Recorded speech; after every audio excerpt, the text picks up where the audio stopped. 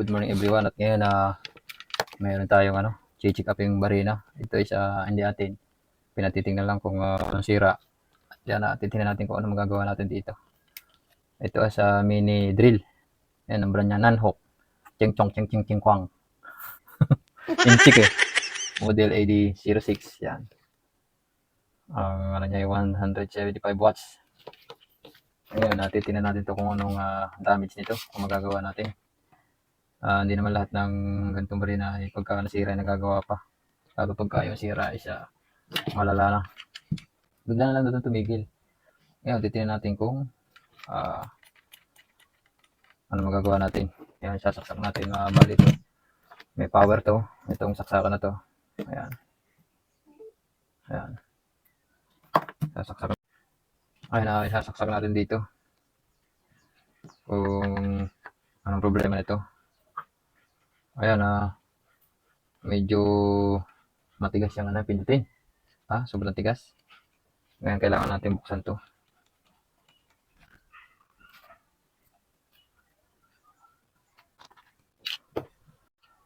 Ayan, buksan na natin guys. Gamit tong screwdriver Philip.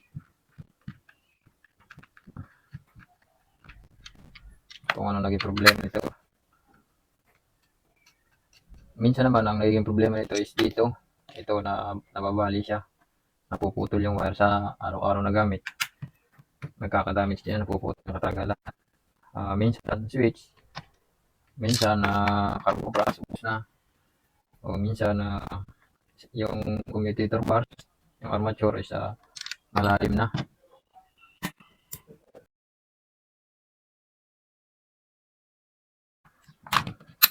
Ayan. At yung nilalaman niya. Una natin i-check dito is itong supply galing dun sa dito. Laging yan yung unang i-check natin para malay natin ito lang yung yung may problema. Ngayon titingnan natin ito gamit itong ating legendary na tester.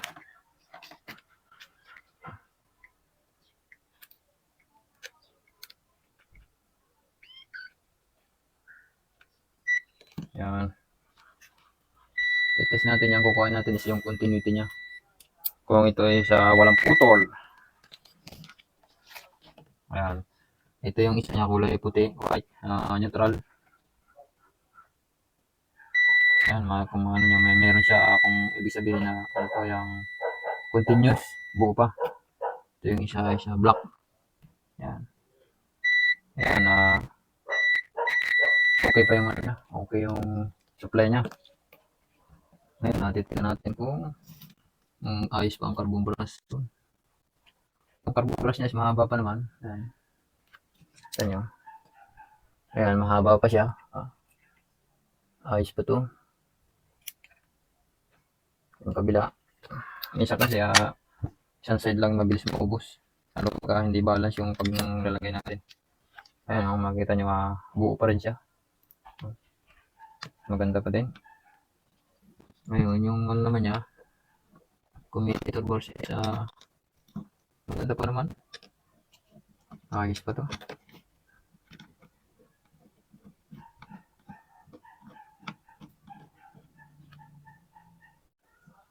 Ayan, ano lang natin to, pahapyawan natin ng guma. Ito, may guma ako dito. Ito yung ginagamit ko pang ng commutator bars. Ayan. Ganyan lang natin siya para malinis. Okay. Tanggalin natin. Dahan-dahan lang kayo sa pag nito dahil meron minsan mabilis maputol yung wire yan.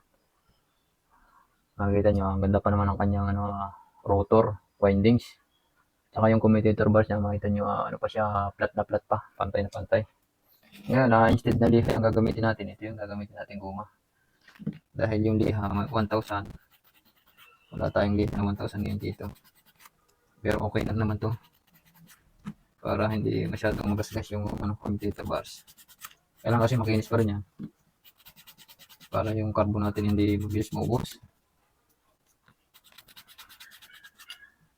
Pwede rin yung chinilas. Sa ganitong pwede rin yung chinilas. Paglilinis ng ng commutator bars. armature. Pumuputi na siya.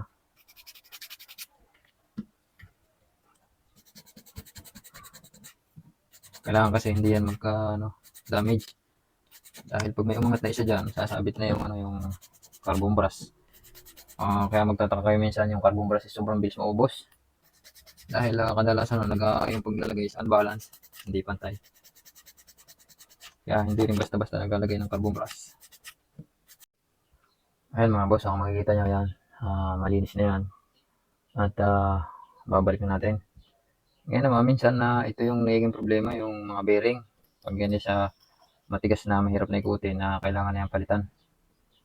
Dahil pagka matigas yung bearing, matigas na ikutin, syempre persado yung ating magnet wire. Susunog yan, giinit. Ayan, ilagay na natin ulit. At ito naman ayos pa naman. Ang ganda pa ng windings niya. Parang bago pa. Ayan, sa pagbabalik nito, kailangan naka-align talaga yung ating stator sa kanyang lagayan. Para hindi ma-disalign yung kanyang rotor yan.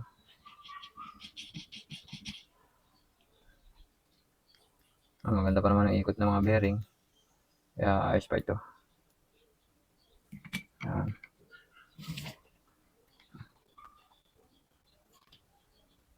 Ang carbon brush niya ayos pa, maganda pa. Pabalik na natin yan. Minsan pala, ang nagiging nito yung carbon brush is tingnan natin yung niya. Ito. Minsan ito is madumi. Hindi na siya mag-contact ng maayos, kaya lilihain natin to. Lilihain natin. Para yung contact niya medyo madumi ang itim. Lilinisin na natin yan. Para isang baklasan na lang. Yan.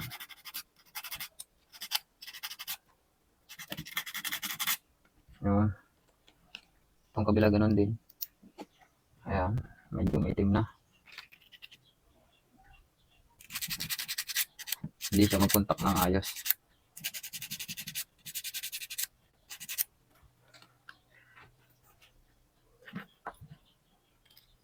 Ito naman maganda pa dito. Yung dulo ng spring. Tansudin kasi yan. Ngayon tatanggalin na rin natin at lilinisin niya para sigurado.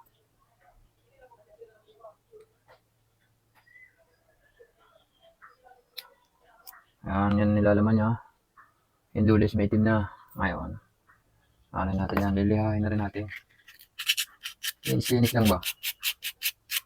Para maganda yung ating maging connection. Yan.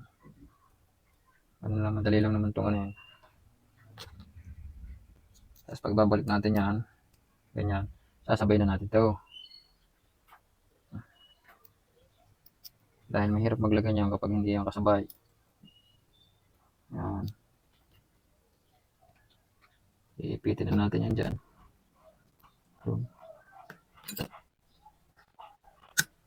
Yun. Tapos yung dulo, tupi. Pinakang lock yun para hindi lumabas yung tanso. Yan, ibabalik natin itong isa. Dahil ito naman isa. Ayan na natin. Ayos na. Nalinisan na. Yan. Itong isa naman. Ganyan lang yung pagtanggal niya. Ganitong carbon brush. Iba-iba rin naman ang niya. Itong nakalock na ito, susundutin mo yan paloob para mahila mo ito. Yan. Yan. Itong dulo naman ito, lilinisin natin. Liha again. Dahan-dahan lang kayo sa liha nito dahil kapag naputol yung wire dyan, mahirapan na kayo pag wala kayong panghinang. Dahil dito is kailangan din ng panghinang. Yung wire niya kasi pag naputol, ihinangan mo yan. Babalik na natin. Alayin mo lang siyang ganyan bago ibalik. Yan.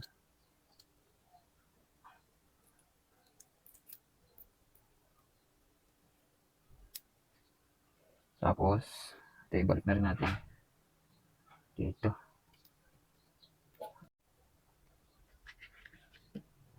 Ayun, tulak na natin to. Yan. Tapos yung lock niyan is tutupi ulit natin pabalik. Para hindi lumabas yung holder niya. Pag yung tanso na holder nitong carbon brass isa lumabas, sigurado damage sa ating armature dyan. Kaya dapat lagi nakalak. Kaya babalik natin. Yan. Yan, ayos na. Yan, ito naman switch yung ating tatanggalin. Itong medyo lumalaban.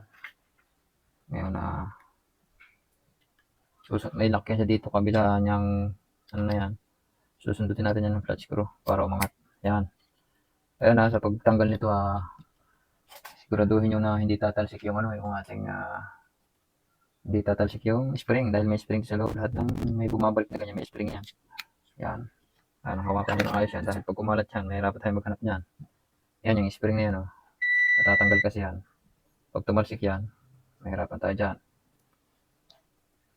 Mahirap maghanap yan. Ito spring na ito. Ngayon yan, madumi na. Sobrang dumi. Yan. Lilinisan natin yan. Lilihain ulit natin.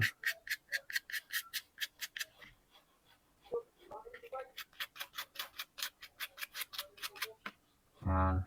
Ito kasi nagtutulak sa kanyang switch. Ito pa yung isa. Madumi.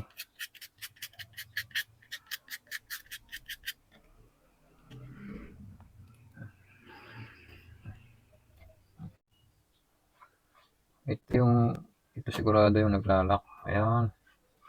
Ayan, ito pala yung kumalang. Ayan, ito maliit na ito. Ito yung galing dun sa butas. Dito. Yung sa butas dito. Kumalang siya. Ngayon tatanggalin na natin to. Nawala na yung spring. Kaya kumalang.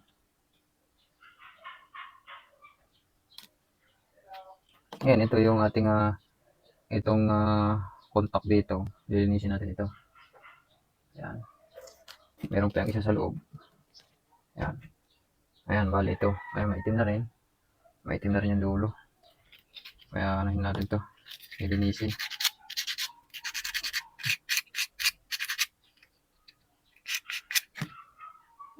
Ayan, yung dulo na may bilog na maliit yan. Yan, okay. Kailangan lagi yung malinis. Dahil yan ang kukontak doon sa kanyang terminals. Yung isa. Ayan, malinis na din yung isa. Ayan, yung ilalim ganun din. Susundutin lang natin ito. Clutch screw para malinis.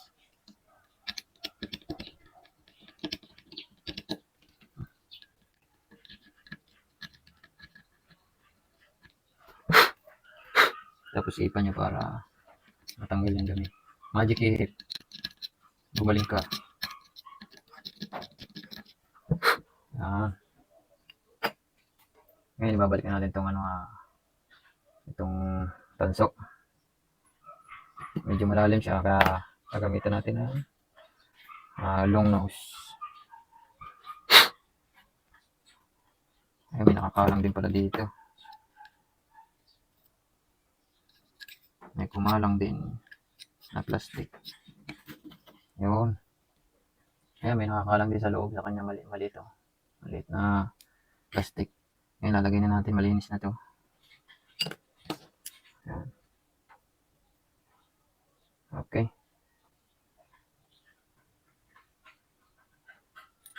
Yun.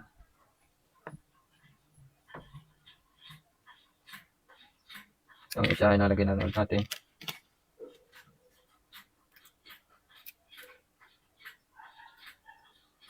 Ay mga boss, babalikan natin to. Nasaan na ba isa? Ayan, ibabalikan natin ulit to isa. Ayan. Tamang position niya. Kung ano yung pagtanggal natin, ganun lang din na pagbalik. Lagi niyang tandaan para hindi kayo malito. Ayan, ibabalik natin to. Malinis natin yan. Tapos yung kanyang spring, saan ba yan? Ayan. Yung spring niya dito yung nakasalpak dito sa may uka na 'to. Tapos dito, ganyan lang natin siya. Tapos salpak na ganyan. Ay, ganyan lang siya. Tapos gaganyan lang.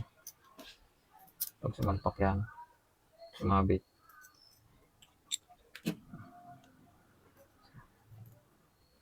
Tuunahin natin dito. Tapos tatamain natin doon. Yan. Tapos tutulak mo yan. Yun. Tapos ito yung kanyang spray ng isa. Salpak natin. Tapos salpak na natin dito. Salpak nyo dyan lang. Sasalpak lang natin yung ganyan. Yun. Sabay tulak. Yung isa hindi pa naglalak. Yun. Ayan. Pumipitik na siya ngayon. Pumipitik na. Ngayon babalik na natin yan para matesting natin. Balik natin yung cover. Oops, may nakalimutan tayo itong kanyang holder. Ang kagandahan sa ganitong barina, ito is madalas magandang gamitin sa pag-install ng kisame. Dahil magaan siya. Tsaka maliit, madaling hawakan. Ngayon, lalagyan muna natin siya ng dalawang screw. 2 o 3 para matesting natin. Yan. Isa.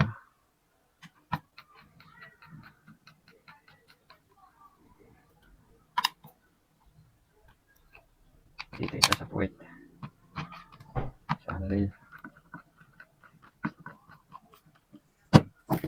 At yan, testingin muna natin bago natin dagdagan ng screw pag okay na.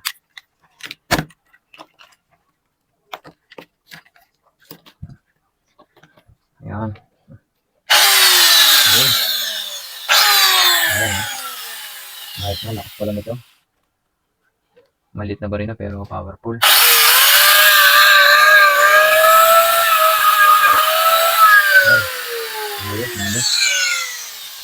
Ayan, balik na natin yung screw dahil mapapakinabangan natin ulit.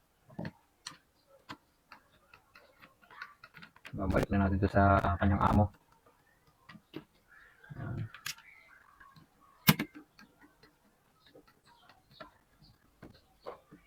Tignan lang daw kasi tumigil.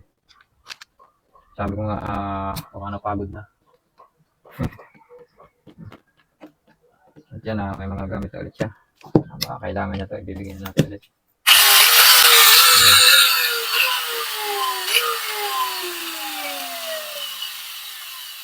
Ayos mga boss, napakatining po ng kanyang takbo. Ayan. At yun lang po boss, nag-edit na ulit ating video. At salamat sa mga nanood. Okay, sa ating mga viewers dyan, sa ating mga followers. Thank you. Sana magkaroon pa tayo ng marami pang video para makapag-share pa tayo ng mga ating kaalaman. Sharing is caring, ika nga. Kaya habang nakakapag-video, nakakatulong din tayo sa iba. At yan, may natututunan din. May natututunan tayo, may natututunan din sila. Okay mga boss, thank you ulit sa panonood. Ganito na lang. Bye.